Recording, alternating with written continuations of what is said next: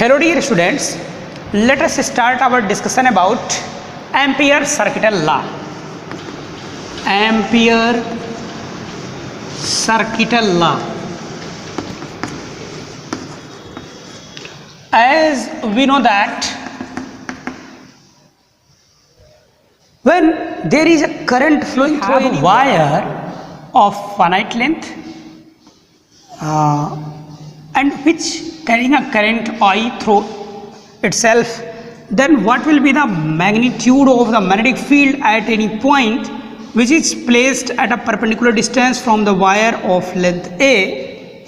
So what will be the value of this magnetic field due to this current carrying conductor at this point P? This will be represented by the symbol B. Then magnitude of the B can be expressed in terms of A, I and some other variables like this. Suppose that this end of the wire makes an angle theta and the below end of the wire makes an angle phi with this perpendicular distance or perpendicular line, then the magnitude of the magnetic field can be given by the formula mu 0 I by 4 pi A whole into sine of phi plus sine of theta. So if we put phi and theta both is nearly equal to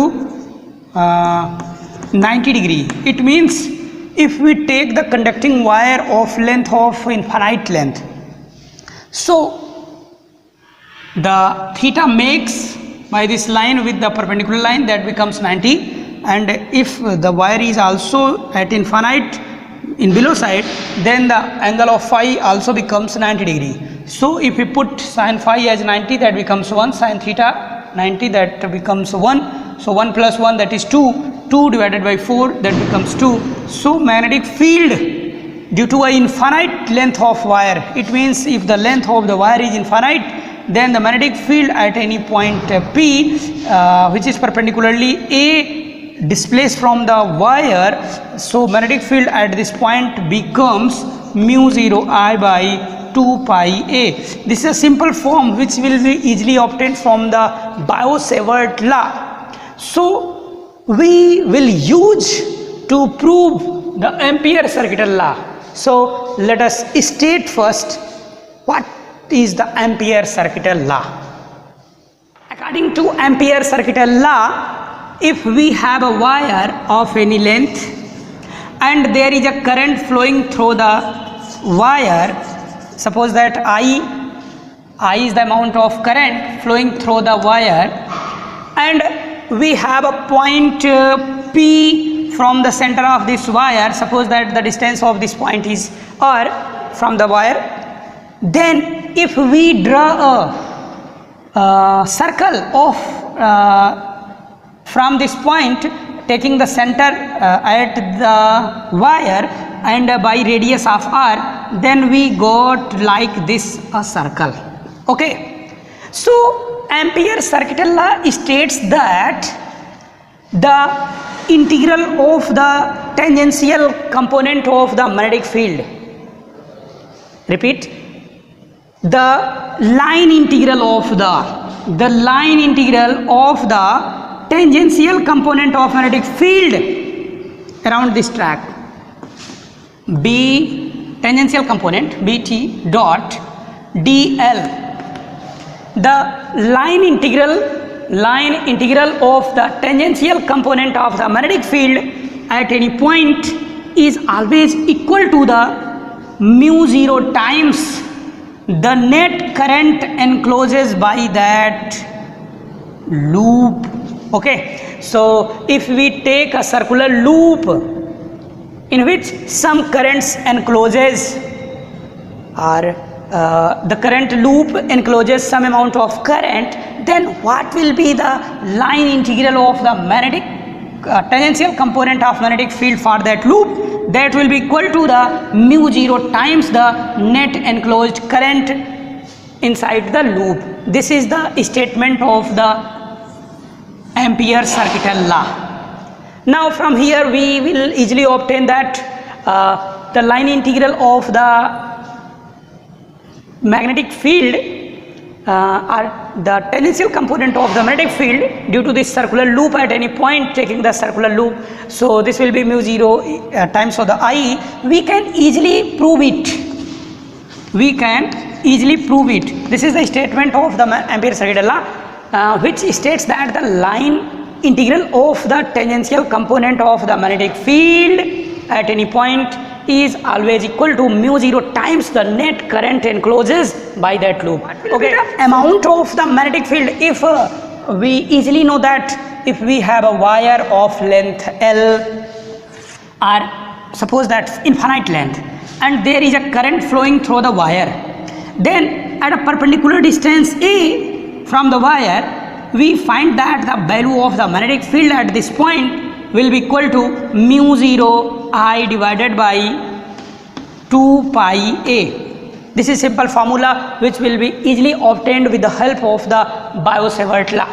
So as we know that if we take a point P at here, which is r distance away from the center of this current wire, then what will be the value of the magnetic field at this point P?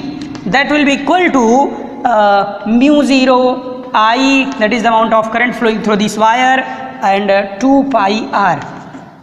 So from here we can find out what will be the direction of this magnetic field at this point.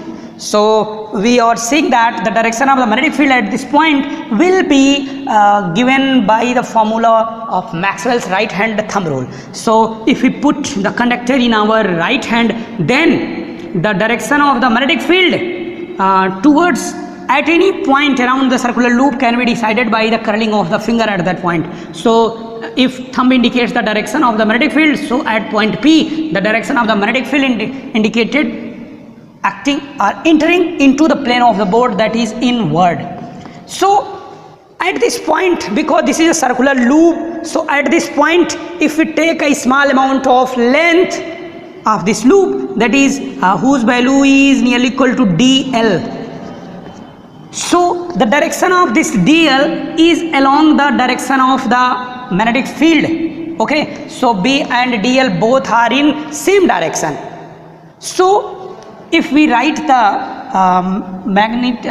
vector form of this magnetic field, then we find out what this will act along the direction of dl. It means the tangential component for this length, this acts if dl is very small, nearly tends to 0, then dl must be treated as a point, and B at P can be treated as the tangential component at this point. So direction of B and dl both are same. So from here if we put the left hand side of the Ampere circuit law, so we get B dot dl, that is equal to integration B dl cos of 0 degree, because B and dl both are parallel to each other. So the angle between vector B and vector dl is 0 degree. So during expansion of the dot product of two vector, we can write it as B dot dl cos 0. Cos 0 means 1. So this becomes what? Integration B dl. Now we are seeing that at every point on the circumference of this circular loop, the perpendicular distance from the center of this wire is same. So at every point the magnitude of the magnetic field will be same. It means at every point the magnitude of the magnetic field is same. It means the magnitude at every point is constant. So it can be taken outside from the every point of dl. So this becomes integration B integration of dl. So what will be the value of B dl? What will be the length of this dl? If we take dl infinite times, then what will be the sum of this dl? It means integration of dl. This becomes the circumference of the circular loop, that is 2 pi r. B dot 2 pi r. Okay, so left hand side we have found that what will be the value of this? This becomes B dot 2 pi r. And according to Ohm's law, since we know that from here LHS we have found that integration B dot dl is equal to what? B dot 2 pi r. But we know that what will be the value of P? What will be the value of B at this point? So at this point, what will be the value of B? This will be given by the formula mu 0 I by 2 pi r, that is mu 0 I by 2 pi r. Okay, so mu 0 I by 2 pi r into 2 pi r. So this will be cancel each other, and from here we get mu 0 I. So from here we get line integral of the tangential component of the magnetic field around a circular current carrying conductor is always equal to the mu 0 times the net current enclosures by that circular loop. Okay, this is the Ampere circuital law. With the help of this we can solve different types of numerical problems and then create. Okay, take care, thank you.